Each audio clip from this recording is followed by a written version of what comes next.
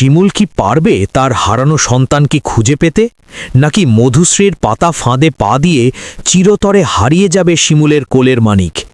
একদিকে মধুশ্রী যখন পুরো পরিবারকে নজরবন্দি করে রেখেছে, ঠিক তখনই শিমুল খেলল এক মাস্টার স্ট্রোক।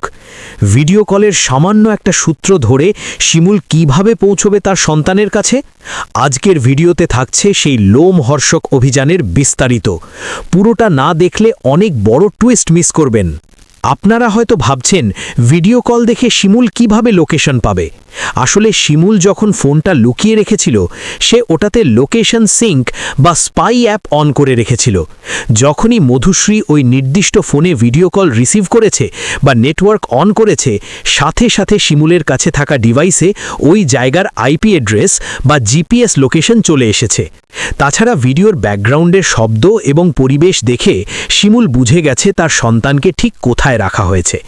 প্রযুক্তির এই লড়াইয়ে শিমুলই এগিয়ে থাকল। আগামী পর্বে আমরা সম্ভবত দেখতে পাব শিমুল সেই ভিডিও কলের সূত্র ধরে বাচ্চার লোকেশন ট্রেস করে ফেলেছে। রনিত এবং শিমুল পুলিশের সাহায্য ছাড়াই হয়তো সেই গোপন ডেরায় হানা দেবে। মধুশ্রী যখন ভাববে সে নিশ্চিন্তে হানিমুনে যাবে, ঠিক তখনই হয়তো তার সামনে এসে দাঁড়াবে তার সবথেকে বড় দুঃস্বপ্ন, শিমুল।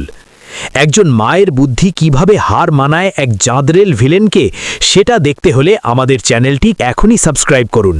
ভিডিওটি ভালো লাগলে একটি লাইক দিন এবং বন্ধুদের সাথে শেয়ার করতে ভুলবেন না। দেখা হচ্ছে পরের ভিডিওতে, ততক্ষণ সাথে থাকুন।